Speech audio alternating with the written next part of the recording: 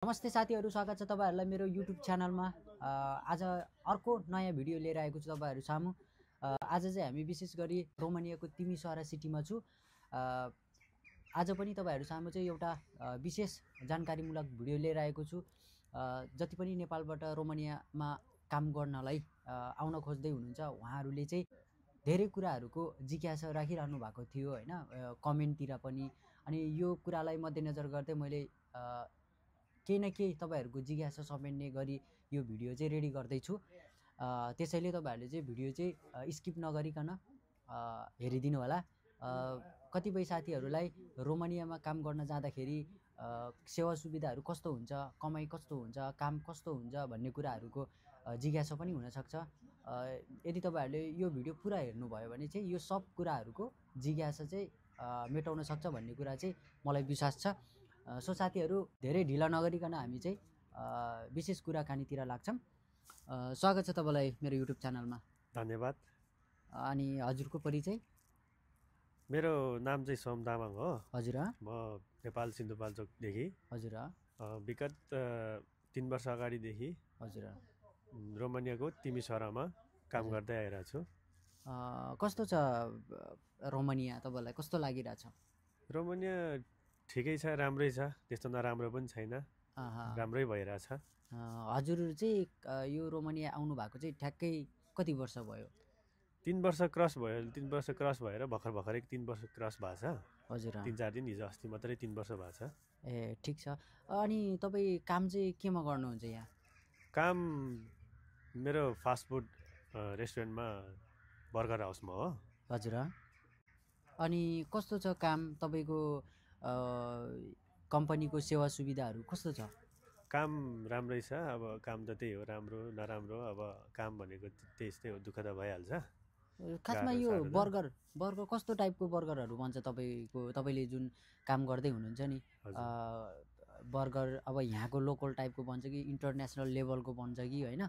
त्यो अलिकति फेमस नै हो कि के हो खासमा तपाईको कम्पनी? बर्गर त त्यही हो, इन्टरनेशनल अलि फेमस नै भन्छ। हजुर। राम्रै अब बर्गरहरु, क्रिस्पीहरु त्यही त हो नि तपाईको फास्ट फुड भनेपछि त।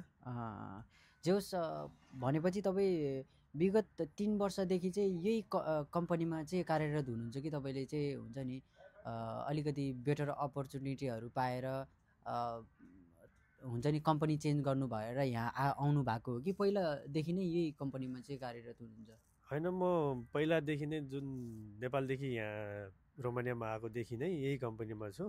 3 वर्ष भयो अहिले। हजुर। यही कम्पनी हो, त्यस्तो चेन्ज गरेको छैन मैले। ठिक छ।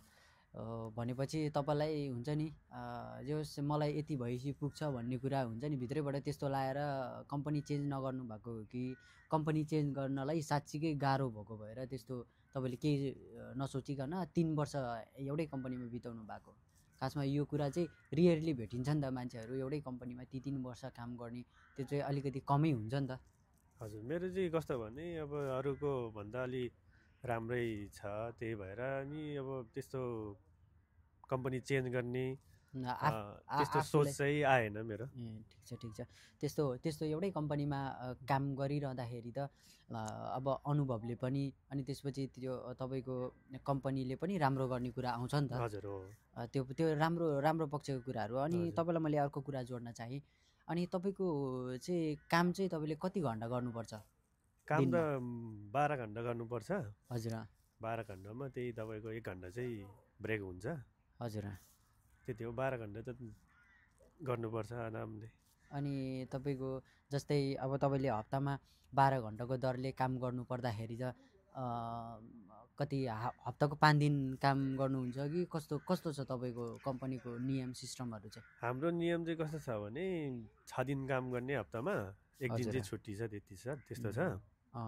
जस 12 घण्टा चाहिँ गर्नु पर्यो। 12 घण्टाको दरले 6 दिनसम्म काम गर्दाखेरि चाहिँ जे होस् तपाईलाई अवगत छ कि छैन यो तपाईको 12 घण्टाको दरले 6 दिनसम्म काम गर्दाखेरि त तपाईको यो नियम अनुसार त होइन, तर तपाईको कन्ट्र्याक्टमै त्यस्तो भएर तपाईले हुन्छ नि हप्तामा 6 दिन काम गर्नु परेको हो कि 12 घण्टाको दरले साँच्चीकै डिफिकल्ट कुरा हो नि त यो त। हजुर।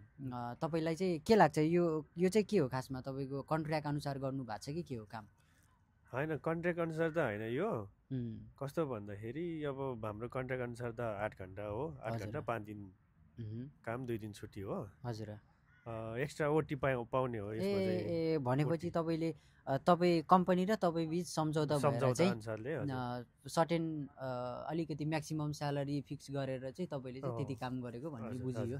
बेसिक स्यालेरी भन्दा अलि प्लस भएर एक्स्ट्रा दिएर। त्यो त तपाईँको लागि फाइदाकै कुरा हो नि होइन र? हजुर एकदम। भनेपछि जे होस् ठिक छ।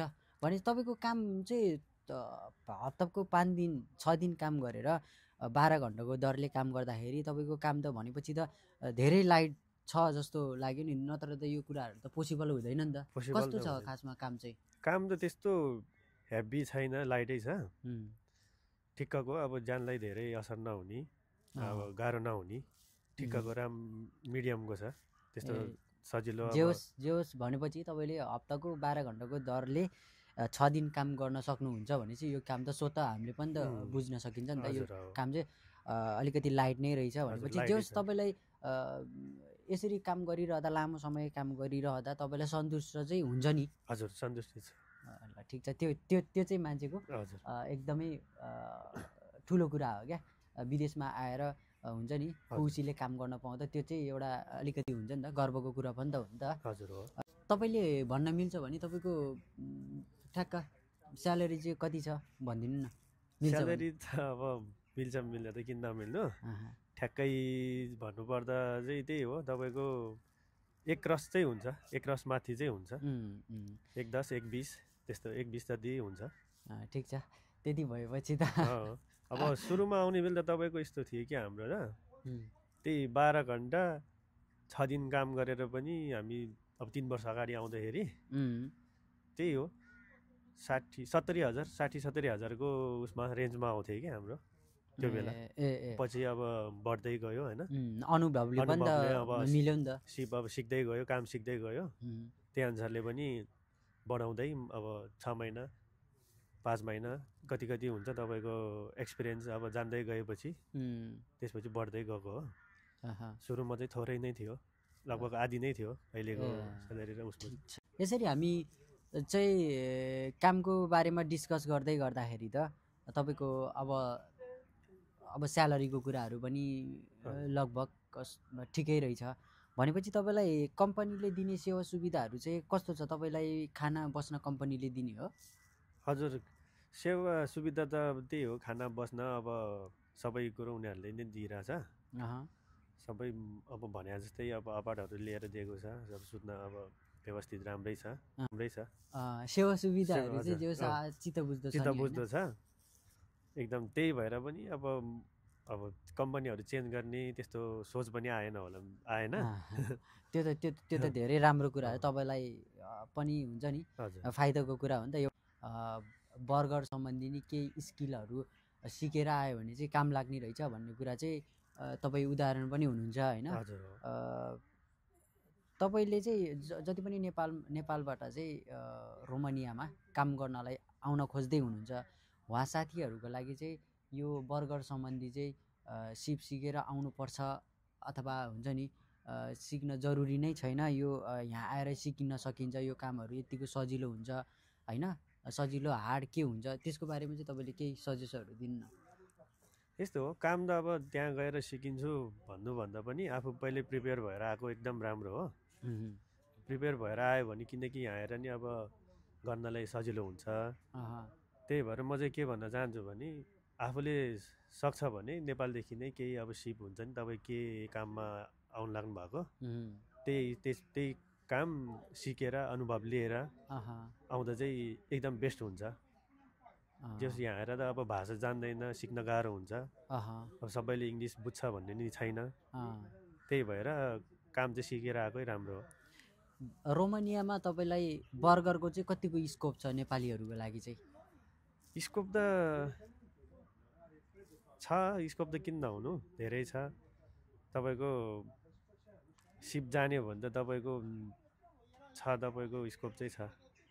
बर्गर सम्बन्धी चाहिँ तपाईँहरूको अब बर्गर भइहाल्यो होइन। हजुर यहाँ चाहिँ बर्गरको कम्पनीहरू चाहिँ मैले रेस्टुरेन्टहरू चाहिँ हजुर धेरै नै देखेको छु होइन। हजुर प्राय इभन अब बर्गरकै कुरा गर्ने हो भने त अब केएफसी होइन, म्याकडोनल्ड्स हजुर हो। तिनीहरूमा समेत अब बर्गरहरू छन् भने चाहिँ बर्गरको स्कोप चाहिँ धेरै नै जोस् छ युरोपमा। हजुर, यहाँ 3 वर्षसम्म आउँदाखेरि सबैभन्दा एकदमै डिफिकल्ट लागेको कुरा, तपाईँलाई एकदमै च्यालेन्जिङ लागेको कुराहरू चाहिँ एकदमै गाह्रो लाग्ने कुरा चाहिँ के कुरालाई चाहिँ मान्नुहुन्छ तपाईँ? डिफिकल्ट लागेको कुरा चाहिँ के थियो भने त्यो बेला सुरुमा रोमानिया आउने बित्तिकै तपाईँको मेन त भाषा चाहिँ तपाईँलाई कतिको आउँछ त? भाषा 75 भनौँ न 75%। ल त्यति भनेपछि त तपाईँले जोस् भनेको कुराहरू बुझ्छ भनेको कुरा बुझ्छ। अनि हामीले पनि अब प्रश्न भन्न नसके पनि अलिकति क्लु दिएर भयो नि बुझाउन सक्छु अहिले त। भनेपछि ल ठिक छ, धन्यवाद तपाईँलाई यस्तो व्यस्तताको बावजुद पनि हामीलाई समय दिएर तपाईँको अनुभव सुनाइदिनु भयो, त्यसको लागि चाहिँ तपाईँलाई हृदयदेखि नै धेरै धेरै धन्यवाद छ। तपाईँको युट्युब च्यानल मार्फत मेरो अनुभव कुराहरू सबै सामु सेयर गर्न मद्दत गर्नुभएकोमा तपाईँलाई पनि धेरै धेरै धन्यवाद। Thank you so much. Thank you so much सबैजनालाई। थ्याङ्क यू सो मच साथीहरू। हामी नेक्स्ट भिडियोमा भेट्नेछौँ। यदि तपाईँहरू मेरो युट्युब च्यानलमा नयाँ हुनुहुन्छ भने सब्सक्राइब गरेर जोडिदिनु होला, जसले गर्दा चाहिँ मैले यस्तै किसिमको रोमानियाको बारेमा जानकारीमूलक भिडियोहरू बनाउँछु होइन। तपाईँहरूलाई चाहिँ यस्तो टाइपको भिडियोहरू मनपर्छ भने चाहिँ तपाईँहरूले चाहिँ सब्सक्राइब गरेर जोडिदिनु होला।